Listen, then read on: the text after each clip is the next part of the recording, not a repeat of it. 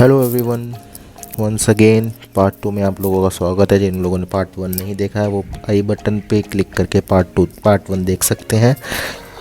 अब हम आगे बढ़ते हुए हम बात करते हैं रेलवेज़ की कुछ टेक्निकल चीज़ें या कुछ ऐसी बातें जो कईयों को पता है और कईयों को नहीं पता। जैसे कि रेलवे 1853 में इंट्रोड्यूस किया गया था इंडिया में, और जैसे जैसे रेलवे प्रोग्रेस करता गया बहुत सारी नई कंपनियां आती गई, बहुत सारे नए नए सिस्टम्स बनते गए।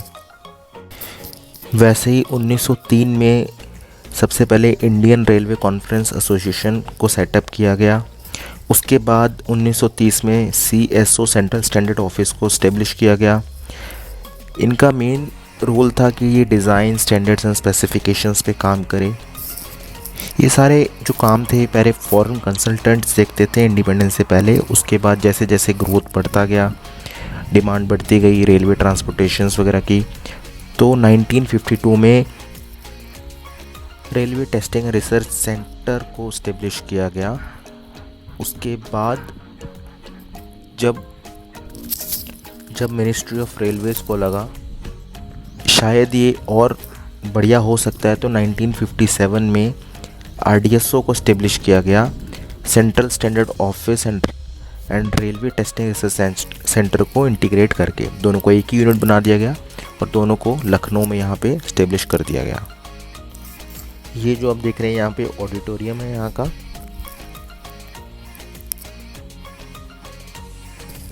इसके अलावा अगर हम बात करें तो यहाँ पे RDSO में 30 डायरेक्टरेट्स हैं जो कि अपने अपने डिफरेंट सेक्शंस के लिए काम करती हैं। ये यहाँ पे लेक है, ये भी मैं अभी तक यहाँ पे विज़िट नहीं कर पाया था क्योंकि ये भी हमेशा लॉकडाउन की वजह से बंद रहती थी।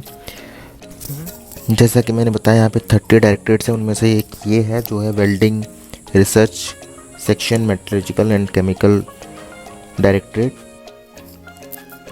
ये देख सकते हैं मोर, जैसा मैंने आपको पिछले पार्ट में बताया था, मैंने बहुत सारे मोर देखे थे, आगे भी और देखे थे। बहुत खूबसूरत ये नज़ारा। जैसे 30 डायरेक्टरेट्स हैं उनमें 29 यहाँ पे है। एक जो डिफेंस की डायरेक्टरेट है वो शायद कहीं और है, आई थिंक ग्वालियर में या कहीं, आई एम नॉट श्योर, लेकिन वो यहाँ नहीं है।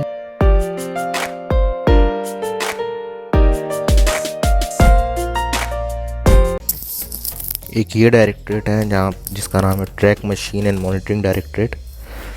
तो आप दूर देख सकते हैं वहाँ पे भी एक ऊपर एक मोर बैठा हुआ है। इनके अंदर हर एक का अलग अलग एक रोल रहता है रेलवेज़ के लिए। जो टेक्निकल लोग हैं उनको पता होगा वो क्या क्या काम होता है।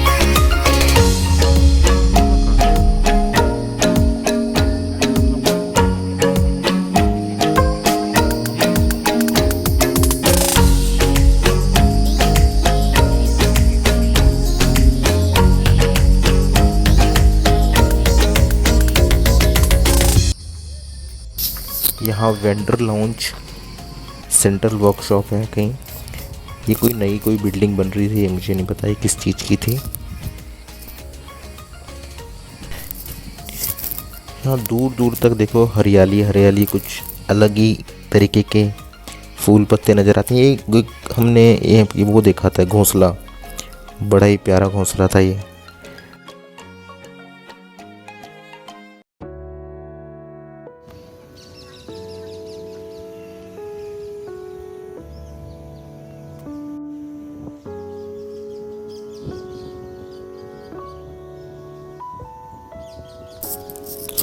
दूर कहीं वो क्रिकेट मैच चलता हुआ, ऐसे ही हम लोग जाया करते थे अपने बचपन के टाइम में। ये है इंजन डेवलपमेंट डायरेक्टरेट। पहले तो हम लोग यहाँ पे अंदर घुस नहीं पा रहे थे क्योंकि यहाँ पे ताला लगा हुआ था, तो कोई पुलिस वाले बैठे थे तो उन्होंने पूछा हम लोगों से, तो हम लोग को बता नहीं पा रहे थे। तो पापा थे वहीं पे साथ में, उन्होंने बात की, उन्होंने बताया कि कौन है और उन्होंने जाने दिया। ये थे वो, का काम है कि ये किसी को, बाहर के लोगों को अंदर ना आने दे। तो आप देख सकते हैं बहुत ही खूबसूरत और बहुत सुंदर था एक्चुअली। हम लोग देखा तो बिल्कुल अंदर से तो मेरे को विदेश वाली फीलिंग आ रही थी, फॉरेन वाली, बहुत मस्त।